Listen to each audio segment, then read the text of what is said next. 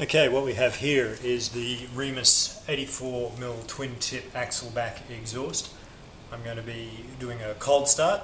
It's only done a few Ks, so I expect the exhaust hasn't really settled in quite yet, but it should give you a bit of an idea of how the sound is.